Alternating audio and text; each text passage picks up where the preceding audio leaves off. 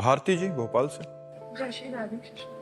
श्री राधे महाराज जी। महाराज जी, सामान्यतः अध्यात्म को एक सीधी रेखा जैसा मार्ग माना जाता है, मानो निरंतर साधना ही सब कुछ हो। परंतु जीवन में कभी कभी अनुभव होता है कि अध्यात्म स्वयं प्रकट होकर सामने आता है। क्या ये मुख्यतः प्रयास का मार्ग है या एक अंतर्जागरण की प्रक्रिया? नहीं, प्रयास भरपूर जिद्दी स्वभाव से और भगवान की कृपा। ऐसे स्वतः नहीं प्रकट होता। स्वतः प्रकट होता तो सबके जीवन में अध्यात्म प्रकट हो जाता ना। स्वतः किसी के नहीं प्रकट होता। जिन्होंने भरपूर साधन किया और जिद्दी स्वभाव, मर जाऊंगा पर ऐसा नहीं करूंगा, मर जाऊं चाहे पर भजन नहीं छोड़ूंगा, जो बिल्कुल जिद्दी स्वभाव और डट करके खूब भजन मार्ग में लगा तो अध्यात्म पर वो चल पाया। ये ज्ञान के पंथ कृपाण की धारा, परत खगेश लगे नहीं बारा। ये जो भगवान का मार्ग है, ज्ञान का मार्ग है, ये दुधारी तलवार है, इस पे चलना है। इसीलिए सब कोई चल नहीं पाते, सब विषयों में गिर जाते हैं।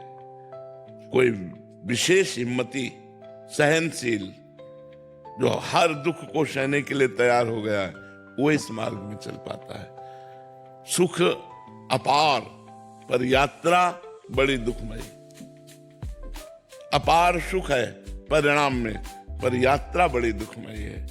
अब परिवार का मोह छोड़ पाना कितना कठिन होता है। माता पिता भाई परिवार भाभी रिश्ते नाते सब छोड़कर अंदर से किसी से राग नहीं, चाहे गृहस्थ हो चाहे विरक्त। यदि भगवान को प्राप्त करना है तो सबकी ममता ताग बटोरी, मम पद मन ही बांध बर डोरी। सबका प्यार समेट कर भगवान के चरणों में लगाना होगा। इसके बाद कोई मनोरंजन नहीं।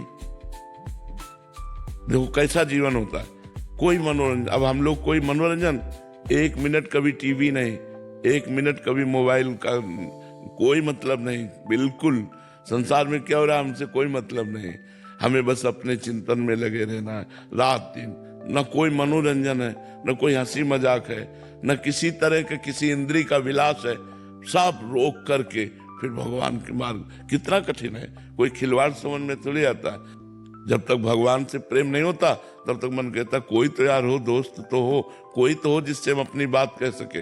कोई सुनने वाला नहीं। जब भगवान से परिचय होता है, जब प्यार होता है भगवान से और भगवत साक्षात्कार होता है, तब बात मिट जाती है। ये बड़ा कठिन जीवन, जैसे हम लोग जीवन जिए ना, सुन करके तुम कांप जाओगे कि ऐसा भी मनुष्य जीवन होता है।